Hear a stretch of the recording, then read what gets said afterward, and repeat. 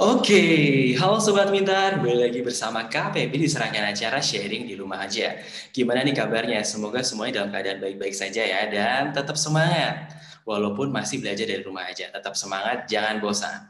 Oke Sobat Pintar, pada malam hari ini KPP kembali lagi nih dengan acara yang ditunggu-tunggu yaitu Instagram Live Battle Pintar Ortu versus Anak. Pada malam hari ini tema kita, ini tema yang saya rasa sudah dirasakan dari zaman-zaman dulu ya, dan relate sampai zaman sekarang, yaitu IPA atau IPS. Aku pilih yang mana? Ini banyak banget nih Sobat Pintar yang dari SMP mau masuk SMA merasa galau banget. IPA, IPS, mungkin atau malah bahasa. Ini jurusan-jurusan yang lain. Dan pada malam hari ini seperti biasa, Battle Pintar kita kehadiran perwakilan dari si orang tua, sisi anak maupun dari si psikolog yang akan mencoba berdiskusi ini dari sudut pandang masing-masing pihak. Langsung aja biar gak kelamaan, kita langsung kenalan ini dari sisi orang tua. Ada Ibu Yanti Atariani Kasih atau Ibu Yanti. Beliau ibu dari dua orang anak yang berusia 18 dan 16 tahun, mewakili nanti saya seorang orang tua. Lalu dari sisi anak ada Cindy Stefani Theophilus atau Cindy, siswa kelas 9 atau 3 SMP nih. Dari suara anak nanti ini memang calon anak SMA ya, jadi pasti dia merasakan nih kegalauan atau kebingungan milih jurusan IPA atau IPS-nya. Dan terakhir ada fasilitator kita, ada Mas Yusandi Rizky Fadli, MPSI Psikolog, konselor psikolog dari Aku Pintar. Selamat malam Ibu Yanti, Cindy, Mas Sandi. Malam. Selamat malam Mas Febri. Malam. Sehat ya semuanya ya? Alhamdulillah sehat. Sehat-sehat. Oke nih, malam hari ini kita bakalan siap battle, tapi battle-nya tentunya dalam hal diskusi ya, untuk kebaikan bersama. Ini sebelum nanti kita bertanya-tanya kepada narasumber kita, mungkin Kak Febri sedikit cerita nih, alasan kenapa malam hari ini temanya tentang IPA IPS, aku pilih yang mana. Ini buat Sobat Pintar tahu ya, ternyata banyak banget loh dari masyarakat, di masyarakat kita itu ada perbedaan nih, gap-gap anak IPA, anak IPS. Dan khususnya dari kadang sisi dari orang tua di Indonesia itu sangat menginginkan katanya ini anaknya bisa mengambil jurusan IPA dan melanjutkan nanti perkuliahannya dari SMA-nya kalau IPA itu katanya lebih mudah, katanya seperti itu. Ada beberapa pendapat di luar sana yang katanya juga dari Howard Gardner yang katanya ini kalau dia bisa menunjukkan kecerdasan akademik seperti matematika itu penghargaannya bisa ini loh, pandangan dari masyarakat lebih tinggi seperti itu. Lalu banyak juga dari seorang tua beranggapan bahwa jurusan IPA adalah jurusan untuk anak-anak yang katanya lebih smart nih, katanya seperti itu. Lalu ada juga nih, banyak juga nih dari adik-adik kita atau sobat pintar yang berusaha banget masuk jurusan IPA karena katanya bergengsi.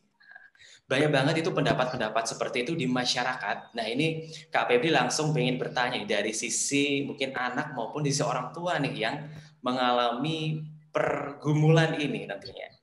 Oke, selamat malam Cindy dan Ibu Yanti. Malam Kak Febri. Malam juga. Ibu Yanti dan Cindy, kita siap ya, kita akan berdiskusi nih, seru. Oke, mungkin pertanyaan pertama langsung kepada Cindy dulu ya, nanti selanjutnya dari Ibu Yanti monggo untuk menjawab. Nih, kalau boleh tahu sekarang Cindy udah ada gambaran belum sih pengennya nanti masuk ke mana, IPA atau IPS kayak gitu?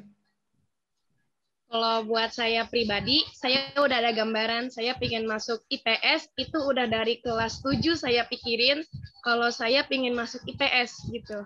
Oke, berarti pengennya malah di IPS nih. Ini sedikit kontraproduktif dengan background yang tadi Kak Febri ceritakan. Katanya banyak yang pengen IPA, tapi Cindy pengen IPS. Nah, Cindy, kalau boleh tahu mengenai pandangan kamu mengenai pilihan jurusan IPA atau IPS. Kan banyak banget nih, mungkin teman-teman kamu juga banyak yang pokoknya harus IPA gitu. Menurut kamu kayak gimana tuh? Kalau buat saya sih, mereka mau pilih jurusan apapun, itu buat saya pribadi nggak masalah. Karena kayak jurusan ataupun kayak masa depan mereka, itu kan memang di tangan mereka masing-masing. Dan juga kayak mungkin mereka masuk IPA karena memang itu kemauannya juga, bukan karena bergengsi ataupun bukan karena keterpaksaan dari orang tua.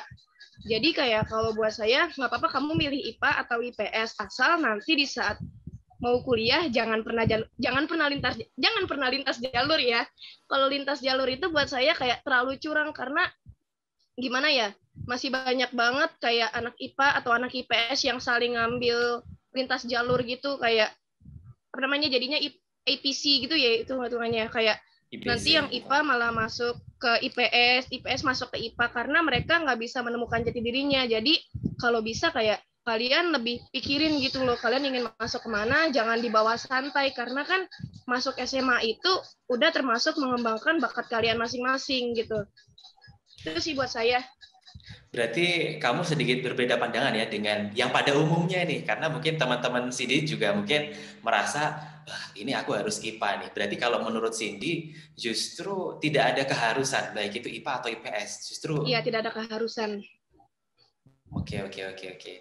Oke, kita gantian tanya dari yang mungkin sisi yang sudah berpengalaman nih, Sobat Pintar. Tentunya kepada Ibu Yanti nih, putra mungkin atau putrinya, dua-duanya sudah melewati fase ini. Selamat malam Bu Yanti. Malam, Kak Febri. Bagaimana nih pandangan Ibu Yanti terkait pandangan mengenai pilihan IPA atau IPS? Menurut Ibu Yanti, apakah IPA itu suatu keharusan atau mungkin ada pandangan yang lain dan mengapa seperti itu? Bagi saya sih nggak memaksakan ya anak harus masuk IPA atau IPS pada saat mereka mau memasuki jenjang SMA. Cuman ya mungkin memang seperti yang tadi Cindy sampaikan ya, kebanyakan anak-anak itu pada saat mau masuk SMA itu kan masih belum tahu mau ke arah mana kuliahnya. Nah, jadi ya kalau bagi saya kalau misalnya belum tahu gitu kira-kira mau kuliah kemana, ya lebih baik saya menyarankan masuk ke IPA. Kenapa? Karena IPA itu bisa kuliah kemana aja nantinya. Jadi dia masih punya waktu berpikir selama 3 tahun kan, dia mau kuliah di mana. Karena kan kalau IPA mau kedokteran, mau ekonomi semua bisa. Kalau udah masuk ke IPS, terus mendadak dia berubah, mau kayaknya saya pengen jadi dokter misalnya, atau kayaknya jadi engineer gitu ya. Nah itu udah nggak bisa gitu loh. Jadi waktunya udah bentok. Pokoknya harus ambil keputusan di kelas 9 gitu. Nah, terus belum lagi bagi saya itu kayaknya kalau di IPS itu kebanyakan hafalan. Jadi untuk masuk ke IPS anaknya memang mesti benar-benar kuat di hafalan. Karena kan banyak banget ya seperti sosiologi, terus geografi, kayak gitu lebih banyak hafalan. Sedangkan kalau IPA eksak itu lebih ke hitung-hitungan. Tapi memang kalau anaknya nggak kuat, ya jangan coba masuk IPA daripada stres nantinya. Kalau memang waktu kelas 9 itu sudah tahu mau kuliah kemana, eh, ya nggak apa-apa kalian ambil ke IPS gitu loh. Daripada kalian ngabisin waktu, maksain diri kan masih ke IPA gitu. Oke, kalau boleh tahu nih Bu Cuman Yanti, ya Bu, memang saya bagaimana Ibu? ya kebetulan memang saya sekeluarga jurusan IPA semua karena memang kami IPA hobi. semuanya. IPA semuanya, berarti Ibu juga IPA juga. Oke, berarti mungkin kalau boleh tahu nih Bu, dari Ibu yang IPA, terus setelah waktu dulu kuliahnya apakah juga linear nih Ibu Yanti, dan mungkin dari mungkin Bapak atau mungkin anaknya yang sudah berkuliah juga. Nah, dari saya sendiri dari sejak SMP memang menyukai mata pelajaran matematika, fisika, kimia. Wow. Karena menurut saya itu tidak perlu dihafal mutlak, asal kita sering latihan, itu kita hafal sendirilah rumus-rumusnya itu gitu loh. Dibanding kayaknya kalau IPS itu kan banyak hafalan dan kayaknya banyak sebenarnya banyak apa pertanyaan-pertanyaan yang itu nggak pasti gitu loh. Jawabannya banyak, tergantung bagaimana kepandaian mereka mengemukakan pendapat. Nah, kalau saya kebetulan ya emang suka yang pasti-pasti aja gitu loh. Kalau eksak kan jawabannya udah pasti. Kalau jawabannya salah apa nggak beda dengan kunci jawaban pasti salah. Kalau anak IPS kan enggak gitu. Kebetulan nah makanya saya pun ambil jurusan dari sejak SMA itu saya sudah menetapkan pilihan saya adalah farmasi, elektro atau industri. Jadi saya nggak ada kepikiran untuk masuk ke ekonomi. Oke, Gitu. dan akhirnya Ibu masuk di apa Bu? Farmasi apa tadi? Saya di teknik dan mesin Oh, industri. oh di teknik industri. Wow, Ya. keren, keren, keren. Keren, keren, keren. Suami saya di elektro dan anak saya juga di musik engineering. Musik engineering. Oke, oke. Thank you Ibu Yanti. Ini dari pertanyaan pertama kita kelihatan nih bahwasanya memang dari Ibu Yanti maupun dari Cindy ternyata tidak ada keharusan. Tapi kalau dari Ibu Yanti pribadi dan sekeluarga memiliki kecondongan di bidang IPA atau Saintek karena memang Ibu Yanti mungkin lebih suka menghitung hal-hal yang lebih pasti seperti itu. Nah, selanjutnya untuk pertanyaan yang kedua nih, kalau boleh tahu seberapa luas nih kebebasan yang atau mungkin kewenangan yang diberikan dari orang tua Cindy ke Cindy dalam menentukan jurusan ketika nanti mau masuk SMA. Seberapa luas nih kewenangan yang diberikan? Kalau dari mama papa aku ke aku itu benar-benar kayak kamu mau pilih apapun nggak apa-apa asal nanti kamu tuh pilihnya tuh yang benar-benar untuk masa depan kamu. Jadi kamu tuh nggak nyesel dengan apa yang kamu pilih. Jadi mau masuk ke SMK nggak apa-apa, mau masuk ke SMA juga nggak apa-apa, atau mau masuk ke STM juga nggak apa-apa gitu. Jadi kayak orang tua aku itu tidak menekankan aku untuk masuk manapun asal mereka tahu kalau itu tuh baik buat aku, itu baik untuk diri aku sendiri gitu. Kayak mereka benar-benar ngasih seluas-luasnya untuk aku mengeksplor diri aku dan juga menemukan jati diri aku gitu. Jadi mereka nggak menekankan, kamu tuh harus jadi dokter, kamu harus jadi pengacara, kamu harus jadi jaksa, hakim, ataupun jadi kayak teknik gitu. Itu nggak harus kalau orang tua saya. Yang penting aku udah bisa jadi diri aku sendiri dan menemukan diri aku sendiri aja kayak mereka nggak apa-apa gitu mau masuk sekolah manapun. Oke, kalau boleh tahu nih Cindy, apakah terkait masalah keputusan pendidikan itu sering nih berdiskusi dengan orang tua kok sampai akhirnya seterbuka itu, maksudnya orang tua menyerahkan nih kewenangan ke Cindy. Iya, kemarin sempat mau masuk SMK, pengen ngambil akuntansi, tapi saya tahu kalau diri saya itu nggak ada bakat di matematika, nggak ada bakat di kayak dihitung-hitungan gitu. Terus akhirnya aku atau saya itu ngomong ke mama papa kalau bilang kayak aku tuh nggak akan bisa masuk akuntansi, malah kayak jadinya masa depan aku nggak kelihatan banget di akuntansi gitu. Dan mereka bilang kalau di akuntansi itu cari kerjaannya gampang. Iya, emang cari kerjaannya gampang.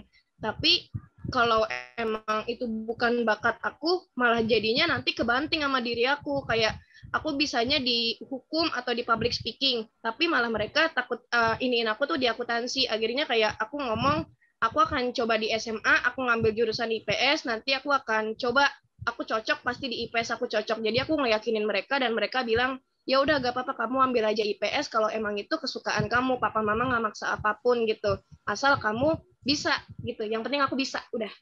Nah, keren nih. Ini Sobat Pintar buat gambaran juga nih buat Sobat Pintar. Ada baiknya loh untuk urusan pendidikan berdiskusi sama orang tua. Jangan hanya dipendam sendiri, jangan hanya sebatas pokoknya kata temanku seperti ini, aku harus ikutan seperti itu. Jadi perlu loh untuk berdiskusi dengan orang tua. Siapa tahu dari sisi orang tua, karena mungkin pengalaman juga sudah cukup banyak, memberikan gambaran-gambaran seperti tadi orang tua Cindy. Oke, ganti nih kita bertanya ke Ibu Yanti. Untuk Ibu Yanti sendiri sebenarnya seberapa luas sih kebebasan yang Ibu Yanti berikan kepada putra atau putri Ibu terkait masalah pemilihan jurusan di bangku SMA? Oke, pada saat mereka, saya sih juga nggak maksain ya mereka harus ke jurusan mana. Cuman mungkin karena memang saya backgroundnya dari waktu masih kuliah pun ngasih les private itu matematika, fisika, kimia ya. Jadi dari kecil anak-anak saya memang sudah saya tekanin untuk harus bagus berprestasi di bidang matematika, fisika gitu. Bagi saya ya itu ya balik lagi kalau kalian menguasai itu orang akan lebih menghargai gitu kan.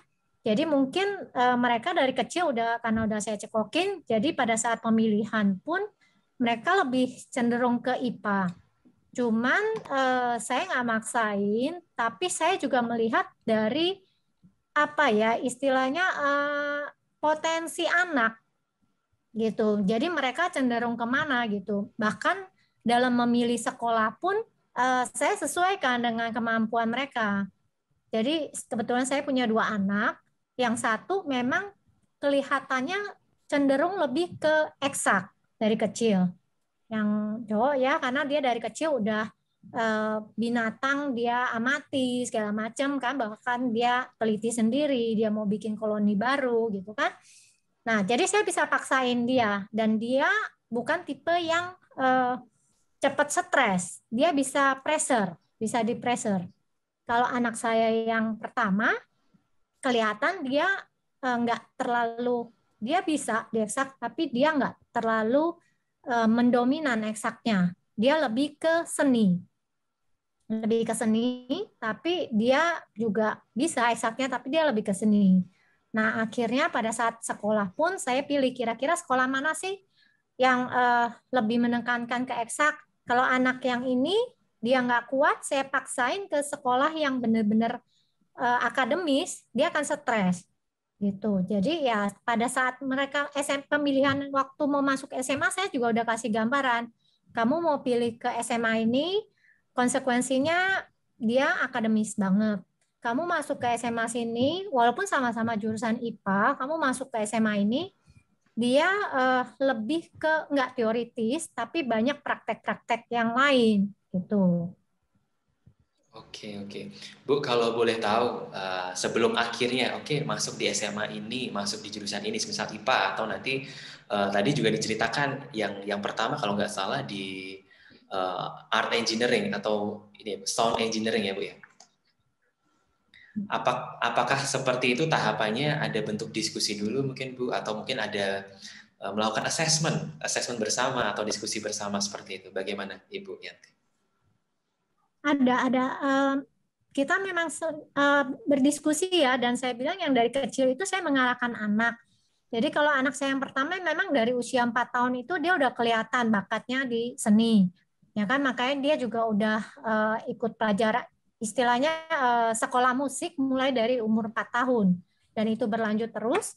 Nah, kalau yang cowok kebetulan dari kecil itu nggak bisa diem. Saya pernah coba untuk masukkan dia ke belajar musik juga supaya bisa seimbang otak kanan kirinya, tapi nggak bertahan lama karena ternyata mungkin dia nggak bakat di situ. Nah, dia lebih bakat ke alam. Jadi ya saya mengarahkan dari mereka kecil, karena yang satu itu dia memang bakat di musik, saya suruh dia terus. Mereka mau mundur pun saya nggak kasih, kamu bisa. Jadi saya support terus.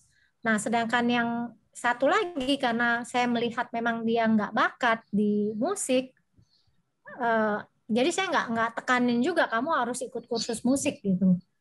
Ya udah, dia karena lebih ke science, ya saya juga ikutkan dia klub science kayak gitu, sehingga dari situ mereka terbentuk. Akhirnya pada saat SMA ya mereka bisa mutusin, mereka fix mau pilih ke jurusan IPA.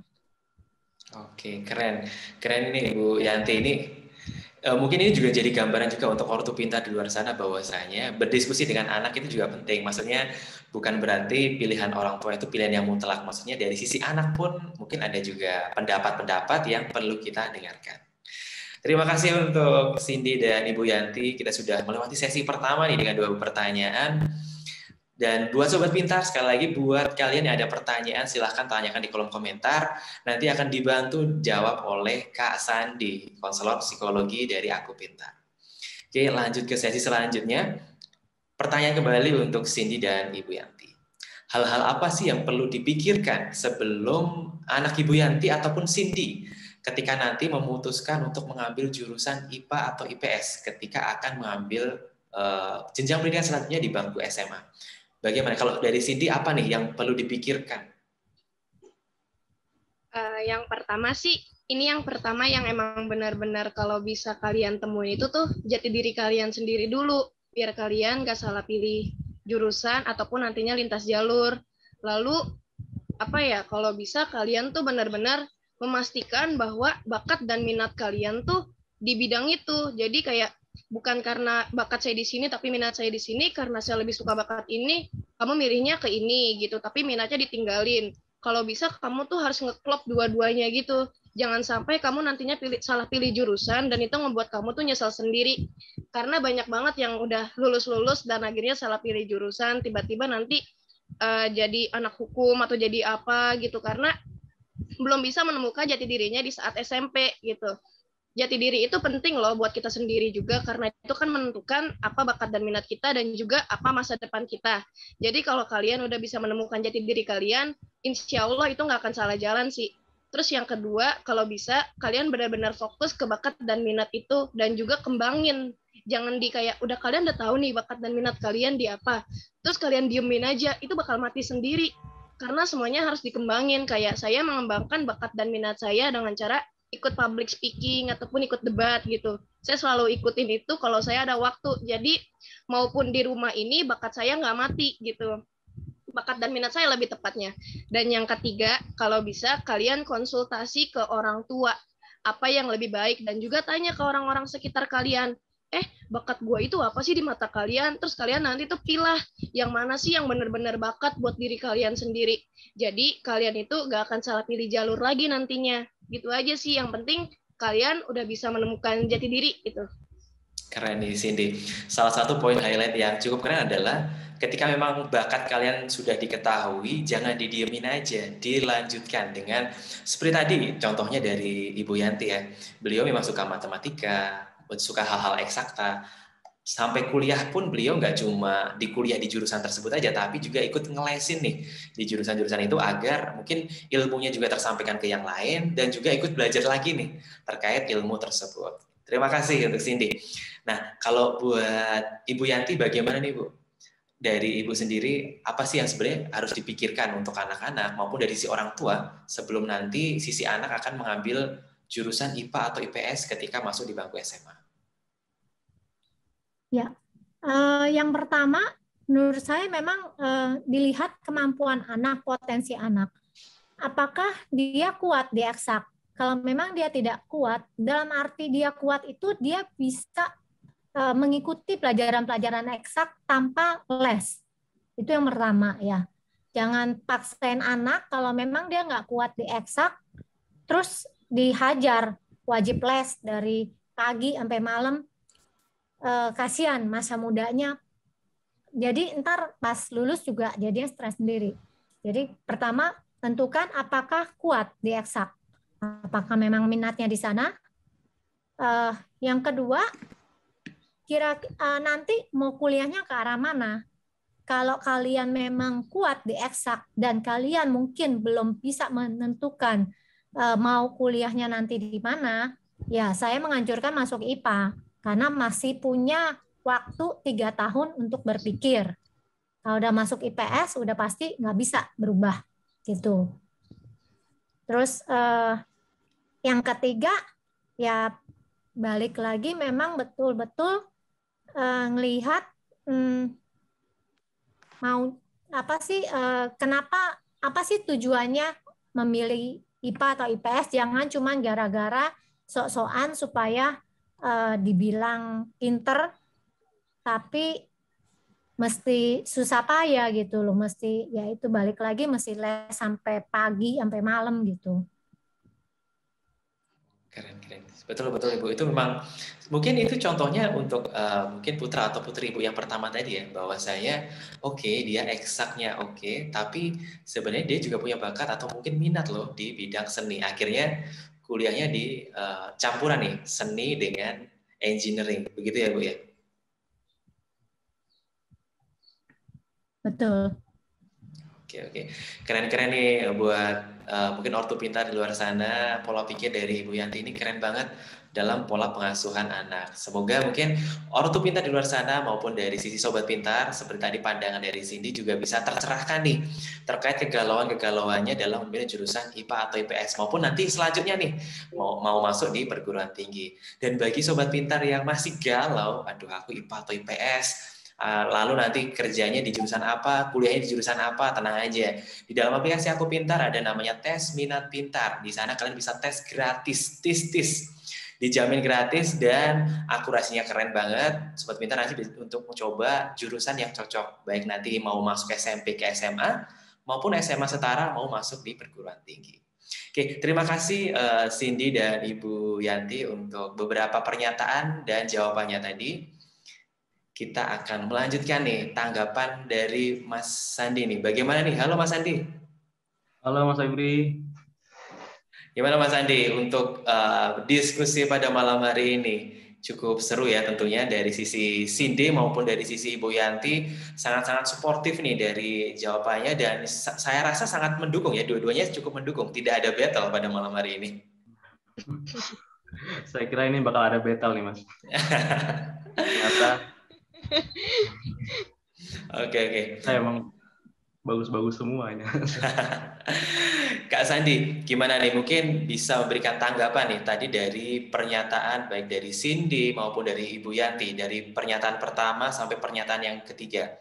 Mungkin bisa ditanggapi satu-satu dulu nih Mas. Dari pernyataan pertama terkait pandangan mengenai pilihan IPA atau IPS, dan apakah IPA suatu keharusan. Tadi sudah dijelaskan juga dari Ibu Yanti dan Cindy. Baik. Ini tadi saya juga sambil mencatat gitu ya jawaban-jawabannya juga.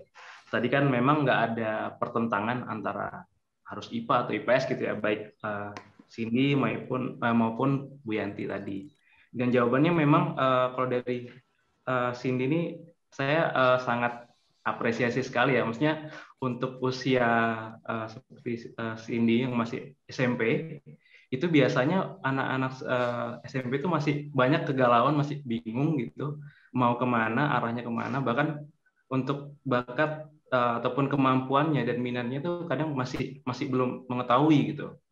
Namun Cindy ini udah mengetahui terkait apa sih cita-citanya mungkin ke depannya seperti apa, dan dia udah merencanakan dari sekarang nih, untuk masuk ke jurusan hukum gitu mungkin tadi ya, saya akan masuk IPS gitu. Nah, itu kan salah satu udah perencanaan yang sudah dibuat, dan itu berdasarkan dari mungkin goals-nya Cindy sendiri ya gitu ya. Itu sangat sangat baik sekali ya. Kemudian dari Bu Yanti pun tidak ada pemaksaan juga untuk ke anak ya Bu ya, itu termasuk tipe parenting, maksudnya yang demokratif gitu. Baik ke anak itu tetap memperhatikan apa yang ingin jadi maunya, dan juga kemudian dari apa yang orang tua lihat dari kemampuan anak seperti apa. Jadi itu ada dari segi apa namanya, nggak harus, kan ada tipe-tipe orang tua yang otoriter gitu kan Mas ya, yang harus maunya A, anak harus ikut A.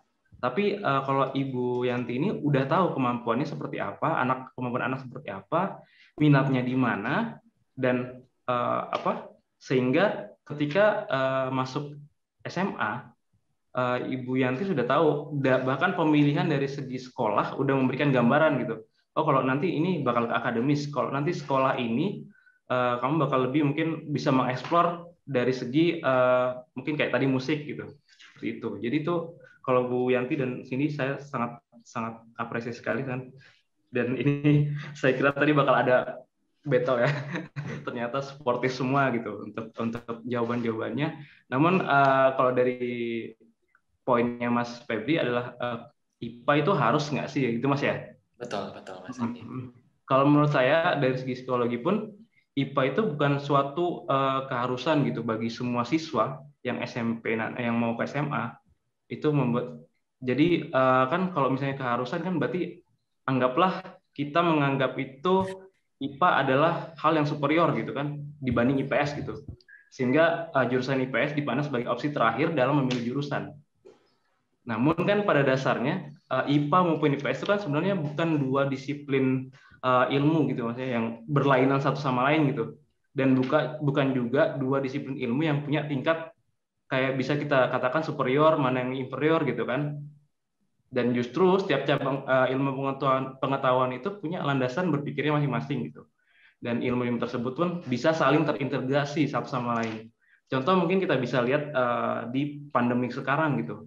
Apakah ketika memang dari segi mungkin pengetahuan awam kita memandang sebuah penyakit COVID ini mungkin hanya anak-anak IPA yang bisa menyelesaikan gitu kan Mas ya misalnya. Betul. Namun kan kita juga membutuhkan peran-peran dari orang sosial gitu untuk ikut terintegrasi dalam menyelesaikan masalah itu. Jadi menurut saya tidak harus ke IPA atau IPS, dan juga ada anggapan juga bahwa anak yang pintar matematika harus di IPA, anak yang pintar hafal harus di IPS, karena dari segi ranah kognitif, dari taksonomi Bloom, kalau mungkin Mas pernah dengar juga, atau Bu Yanti atau Mbak Cindy, tahapan dalam kita belajar itu ada 6 gitu. Pertama, kita harus yang di level pertama adalah kita mampu mengingat gitu, mengingat tadi menghafal ya, menghafal. Kalau misalnya kita menganggap bahwa IPS adalah kemampuan menghafal, berarti ranah kognitifnya hanya di level pertama gitu. Sedangkan ada 6 level ya. Pertama mengingat, kemudian memahami, lalu menerapkan, kemudian menganalisa, setelah itu di level 5 adalah mengevaluasi, dan terakhir adalah menciptakan.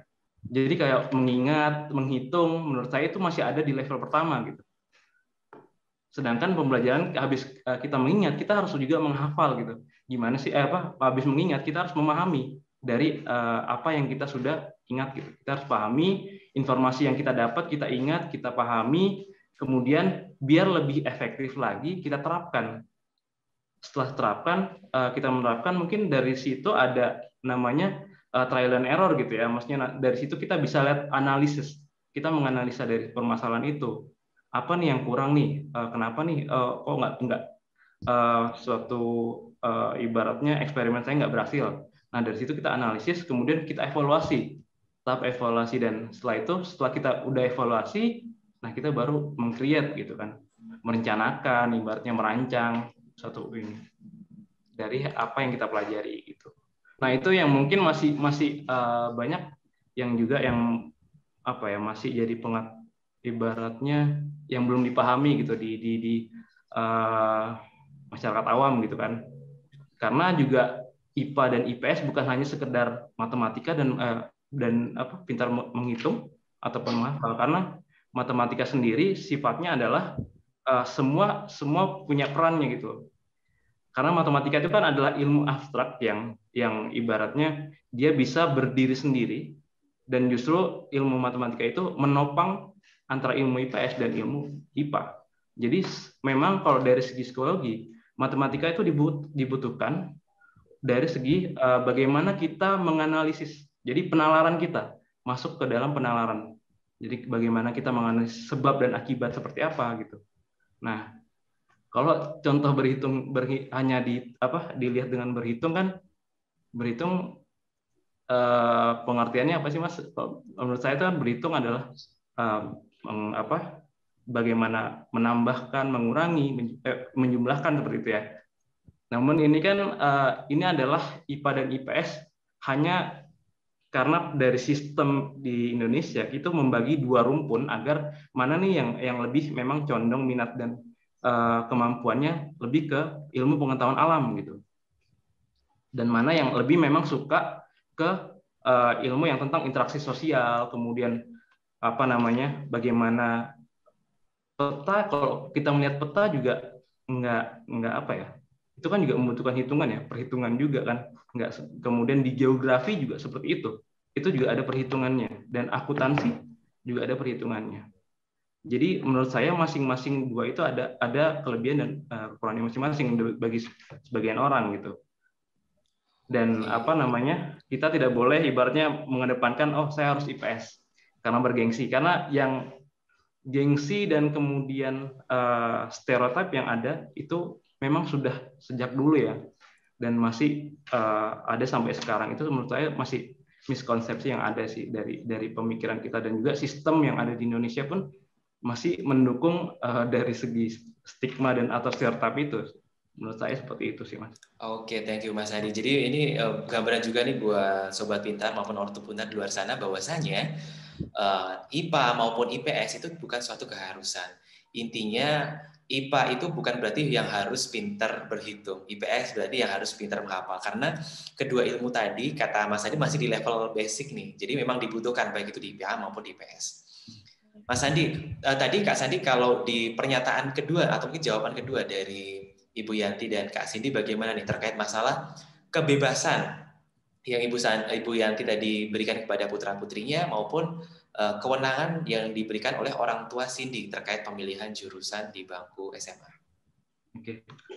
Ini kalau saya lihat dari jawabannya juga tidak ada bentuk pengekangan ya, ataupun harus ibaratnya lebih ke apa ya,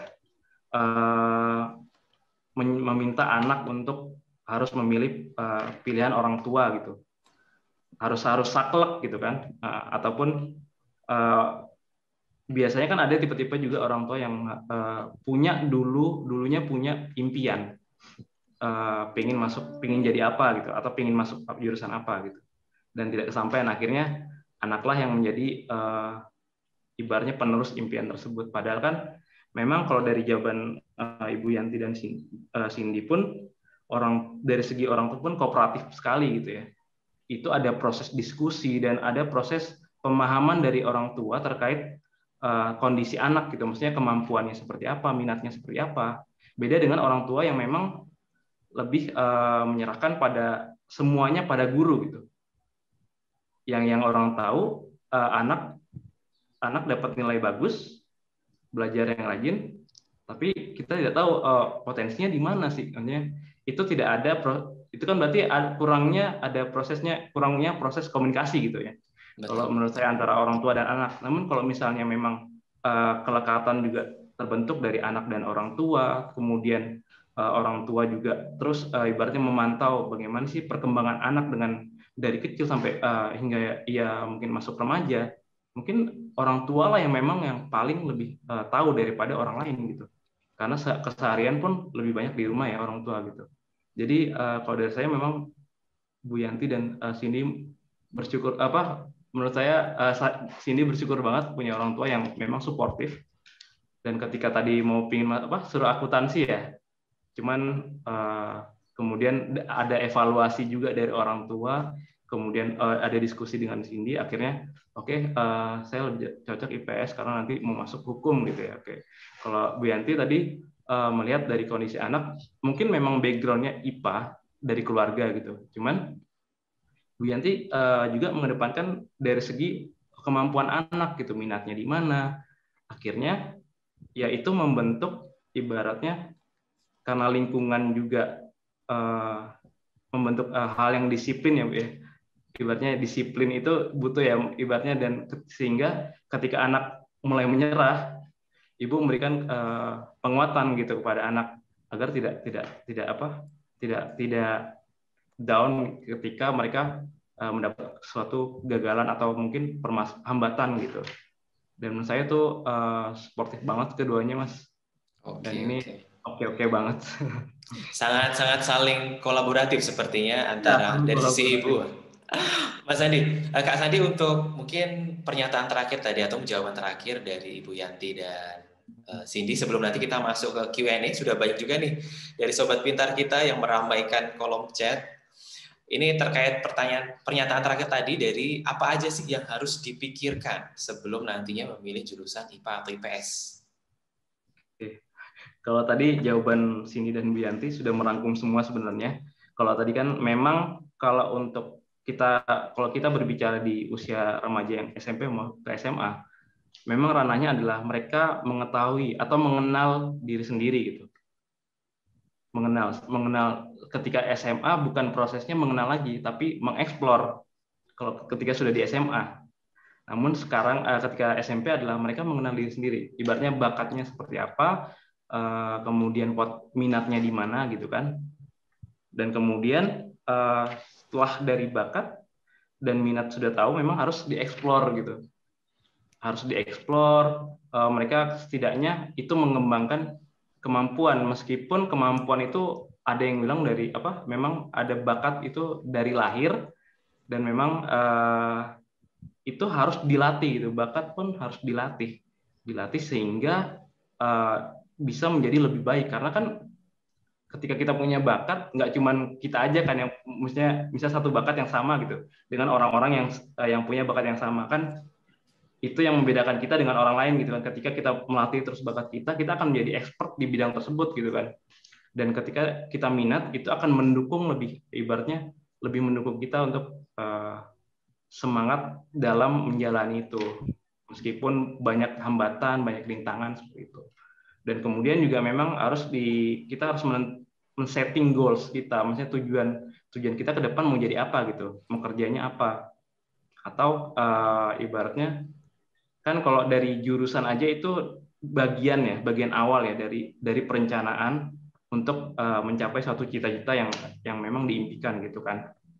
Dan kemudian memang hal yang harus dipertimbangkan adalah, benar kata tadi Bu Yanti, adalah kita nggak boleh milih jurusan itu karena gengsi gitu, karena gengsi ataupun memang karena mitos yang ada juga kan, IPA tuh seperti ini, IPS tuh seperti ini. Nah, kita tidak boleh melihat itu karena semuanya sama-sama punya ibaratnya kelebihan, dan justru anaklah yang harus mengambil keputusan di mana dia memang berada di ibaratnya tempat yang memang sesuai dengan kemampuan dan minatnya. Dan kemudian adalah diskusi dengan orang tua. Itu sangat penting karena orang tua tidak mungkin melepas begitu aja anak harus memilih ini. Tapi kan memang ada orang tua kan sebagai sifatnya adalah fasilitator dan mensupervisi anak gitu ya. Ketika mereka, saya punya opsi ini, mengambil opsi ini. Nah, sebagai orang tua kan juga mungkin lebih karena juga punya pengalaman dan juga ibaratnya pengetahuan yang lebih tentang mungkin jurusan atau pekerjaan, mungkin bisa membantu hal itu gitu. Ya, seperti itu. Dan memang juga terakhir adalah kita mau kuliahnya di mana itu juga harus ditentukan, dan prospek kerjanya juga kita harus pertimbangkan juga. Seperti itu.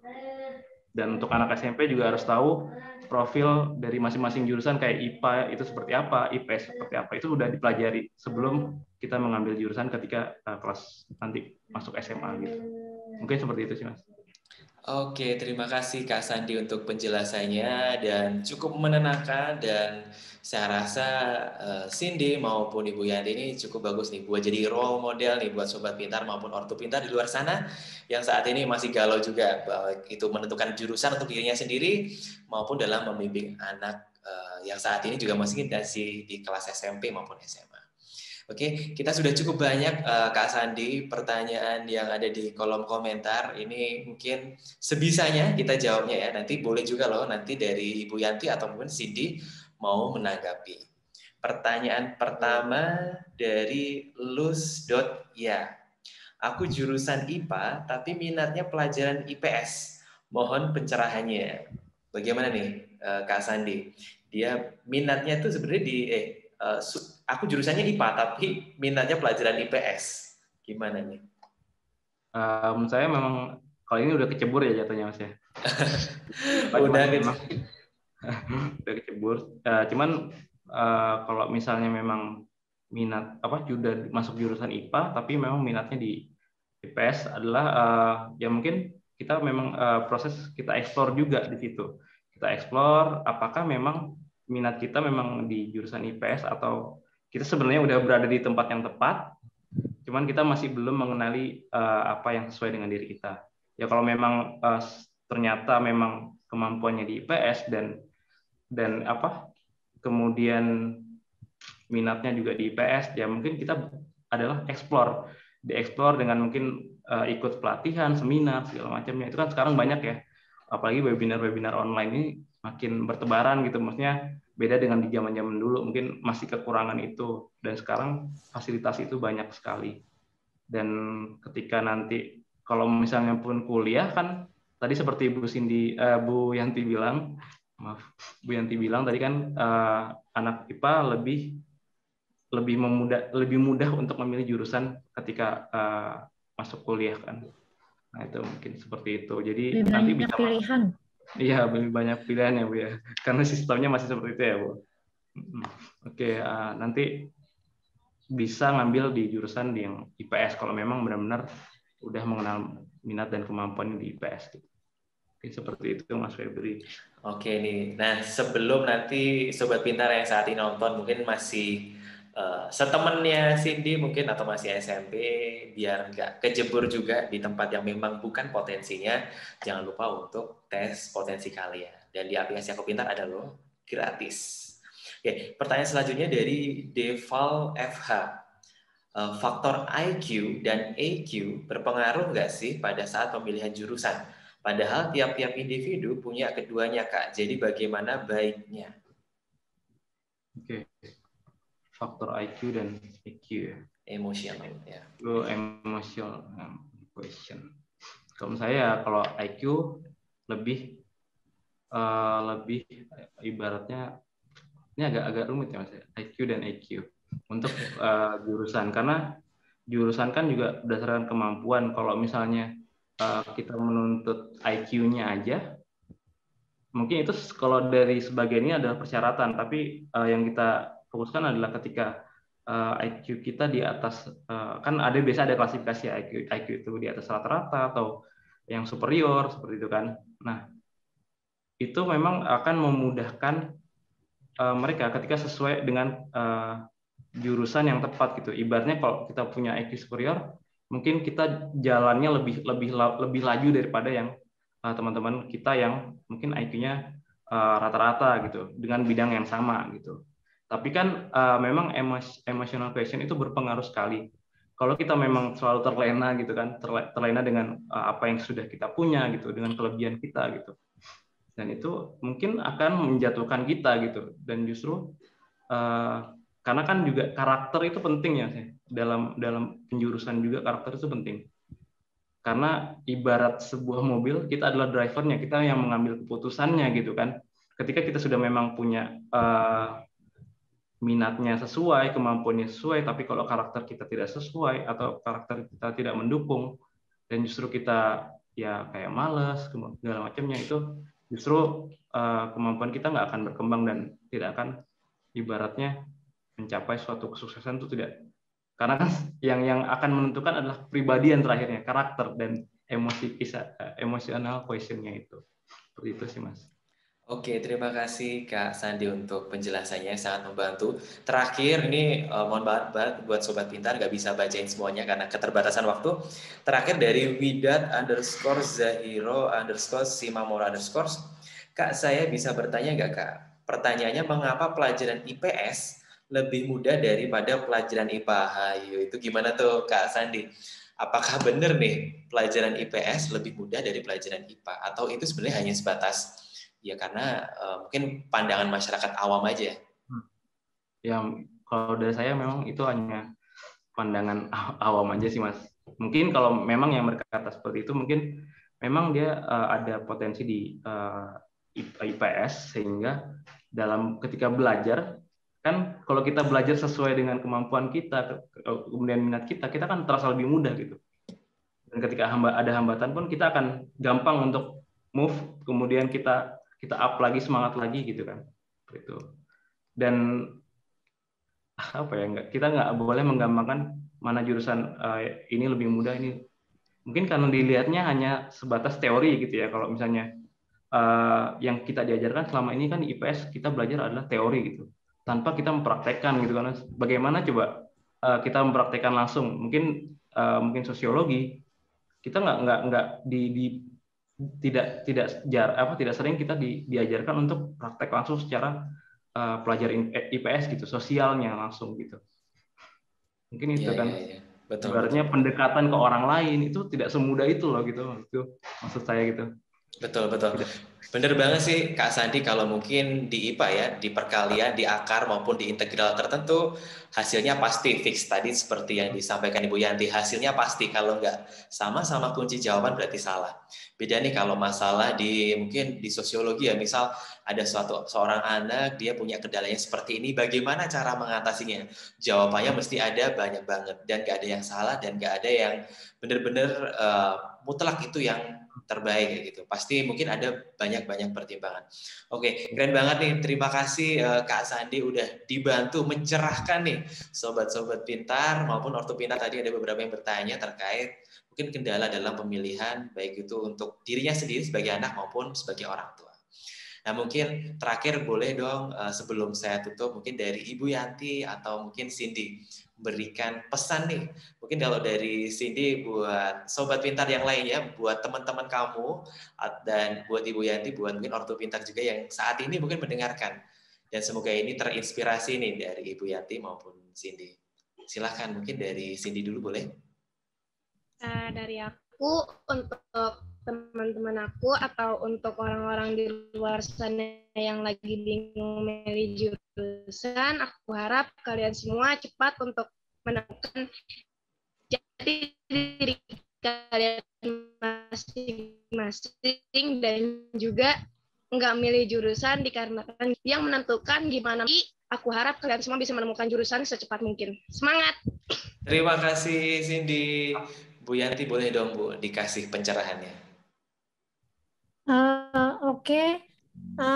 Menurut saya ya kalau di beberapa sekolah, makanya ini juga menurut saya kerennya IPA ya. Kalau misalnya kalian baru di kelas 10 dan kalian sudah masuk IPA, tapi kalian ngerasa itu kayaknya kok nggak sesuai ya.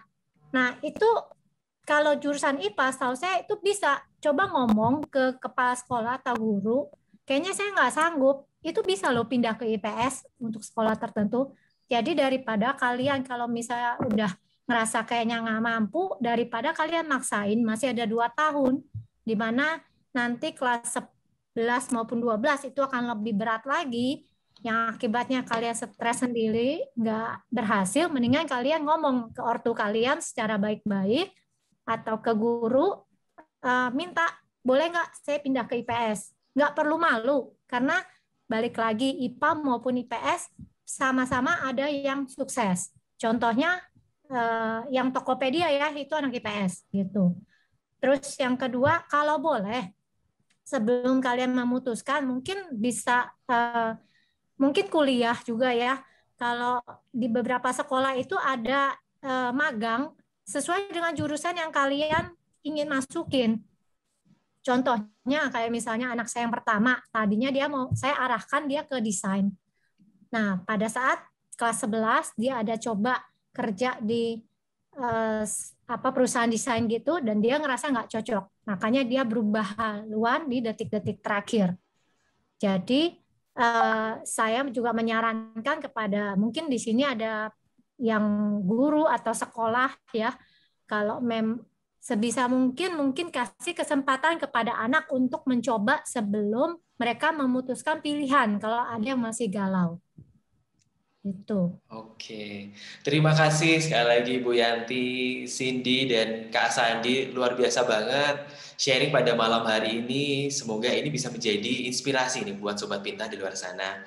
Dan gak terasa ini sudah di penghujung acara. Terima kasih untuk Sobat Pintar juga nih, maupun Ortu Pintar yang sudah mengikuti IG Live pada malam hari ini sampai selesai. Semoga acara ini buat banyak manfaat bagi Sobat maupun Ortu Pintar. Battle Pintar Ortu versus Anak akan hadir kembali dengan topik menarik lainnya Rabu minggu kedua setiap bulannya, jadi jangan dilewatkan, akan ada lagi. Terakhir dari Kak Febri, mohon maaf yang sebesar-besarnya jika ada salah kata salah ucap. Mewakili seluruh tim aku Pintar, semoga Sobat Pintar selalu dalam lindungannya.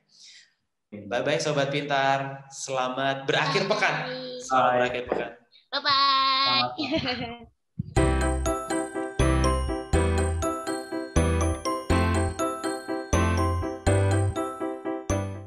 Belajar pintar bersama Aku Pintar. Download sekarang.